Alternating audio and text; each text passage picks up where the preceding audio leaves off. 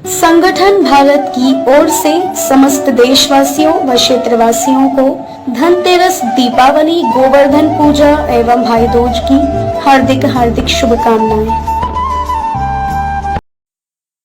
गोपाल शेट्टी नहीं हटेंगे, बोरीवली विधानसभा के रण में डटे रहेंगे। उत्तर मुंबई के सांसद रहे गोपाल शेट्टी ने साफ कर दिया कि वे किसी भी हाल में चुनावी मैदान से नहीं हटेंगे और पूरी ताकत के साथ निर्दलीय उम्मीदवार के रूप में इस रण में डटे रहेंगे।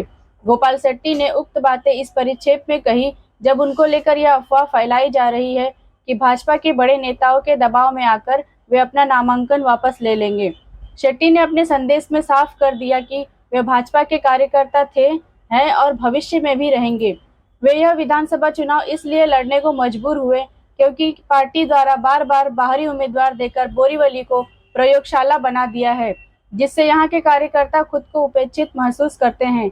मुंबई के बोरीवली से कविता साहनी की रिपोर्ट। सर, मार्केट में अफवाहें उड़ रही हैं कि फॉर्म वापस ले लेंगे, ये चक्कर क्या है? कोई फॉर्म वापस लिया नहीं जाएगा क्योंकि ये लड़ाई गोपाल शेट्टी की अकेले की नहीं है। बोरीवली के 3.25 लाख मतदाताओं का आवाज़ है, तो कोई फॉर्म वापस लिया नहीं जाएगा। ये चुनाव लड़ा जाएगा। ये बोरीवली के अस्मिता का लड़ाई है, बोरीवली के स्वाभिमान का लड़ाई है और ये कोई पार्टी के विरोध का लड़ाई नहीं है। मैं पार्टी का ही हूँ, पार्टी का ही रहूँगा और यही पार्टी ने मुझे इतना बड़ा बनाया है।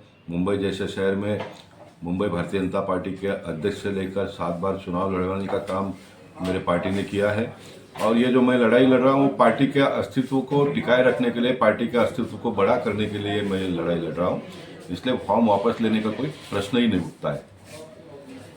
सर, बोरीवली शुरू से ही एक प्रयोगशाला के तौर पे यहाँ इस्तेमाल किया गया बोरीवली को। शुरू में राम नाईक वो भी गोरेगांव से आकर के बोरीवली की राजनीति करते थे। अगर आपको छोड़ दिया जाए तो यहाँ हमेशा बोरीवली को बाहरी उम्मीदवार मिला है। देखिए, मैं इस बात को थोड़ा दुरुस्ती करना चाहूँगा क्योंकि मैंने जो भी बातें बताई वो गत 4 बार का बताया। विनोद तावड़े जी के बाद में सुनील राणे जी, पीयूष गोयल जी और अभी ये संजय उपाध्याय जी। राम नाईक जी का इसलिए नहीं बताया कि राम नाईक जी एक ऐसे समय पर बोरीवली में आए जब उसकी आवश्यकता थी और राम नाईक जी ने आने के बाद में बोरीवली को सींचा, बोरीवली को संवारा, बोरीवली में कार्यकर्ताओं का निर्माण किया। उसमें उसी में का एक मैं कार्यकर्ता हूँ, इसलिए वो बात अलग है। इसलिए मैं अभी भी बार बार कहता हूँ कि मैं टोटली बाहर का उम्मीदवार कहीं जाना नहीं चाहिए, इस मत का नहीं हूँ। कोई मतदार अगर संघ अगर कमज़ोर है तो वहाँ पर सक्षम उम्मीदवार को लाकर उसका उपयोग में करना चाहिए। जैसे पीयूष गोयल आए तो उनका हमने स्वागत इसलिए किया, पर्टिकुलरली मैंने, क्योंकि मैं तो काम करता हूँ, मैं पद के बिगड़ भी काम करूंगा क्योंकि काम करना ही मेरा स्वभाव रहा है। लेकिन पीयूष गोयल जी के आने से एक बहुत बड़ा सपोर्ट उत्तर मुंबई को मिलेगा। उनका जो फाइनेंशियल सोर्सेस है, उनका जो मोदी जी के साथ में इतना नज़दीक का एक नाता है, लगभग 3-4 क्रमांक के नेता है वो दिल्ली में, तो ऐसे लोगों की आवश्यकता है। लेकिन जहाँ तक बोरीवली की बात आती है तो बोरीवली में 1 बार, 2 बार, 3 बार लगातार ये 4थी बार सीरीज लाइन में होते जा रहा है और फिर बोरीवली के लोग मुझे कोसते हैं कि आप इसमें कुछ करते नहीं हो और पार्टी में भी कुछ ऐसे कार्यकर्ता है जिनको चुनाव लड़ने के मिलता नहीं है, वो लोग भी इस बात को तुल देते हैं कि गोपाल भाई ये सब सपोर्ट करके करवाते हैं करके। इसलिए मेरा इसमें कोई लेना देना नहीं है। ये सिद्ध करने के लिए मैं ये चुनाव लड़ रहा हूँ और भविष्य में इस प्रकार की बातें बार बार न हो और बाहर से आने वाले उम्मीदवार ने भी 3 बार सोचना चाहिए कि हम कैसे दूसरी जगह पर जाकर चुनाव लड़े। और जब मैं ये लड़ाई लड़ता हूँ तो मैंने उस एथिक का पालन किया है।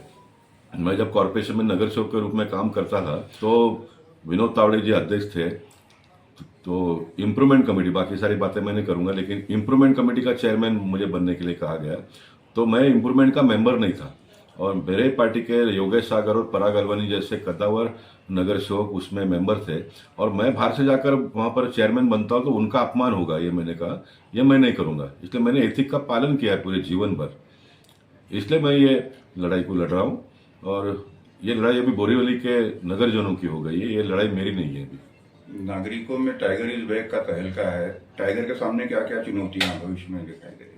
नहीं, ये शब्द का उपयोग लोग करते हैं वहाँ तक ठीक है, मैं बिल्कुल टाइगर वाइगर अपने आप को नहीं मानता हूँ। मैं एक मजदूर आदमी हूँ और मैं मजदूरी करने वाला व्यक्ति हूँ। मैं मजदूरी करता आया हूँ और मजदूरी करता रहूँगा।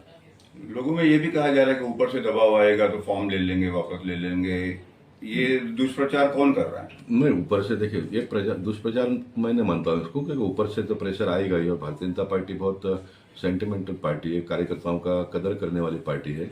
इसलिए ठीक है, अभी समय हमारा अच्छा है तो छोड़ दो, ये दृष्टिकोण भारतीय जनता पार्टी की नहीं है। इसलिए वो प्रयास उनका करेंगे, उनका प्रयास करने का काम है। लेकिन मैं जो कर रहा हूँ पार्टी के हित में ही कर रहा हूँ, मैं अपने लिए नहीं कर रहा हूँ। मैं तो टिकट मैंने मांगा ही नहीं था, मुझे टिकट नहीं दिया, इसलिए मैं थोड़ा चुनाव लड़ रहा हूँ। मुझे अगर चुनाव लड़कर ही एमएलए बनना होता तो मुझे अन्य पार्टी के लोग, लोकसभा में भी मुझे ऑफर आया था, मैंने ना कहा। अभी भी मुझे ऑफर आया, मैंने ना कहा। लेकिन मैंने इस बार सभी पार्टी के पास अपील की है कि वो मुझे सपोर्ट करे, मेरे साथ में खड़े रहे। ये मेरी लड़ाई नहीं है, ये सबकी लड़ाई है।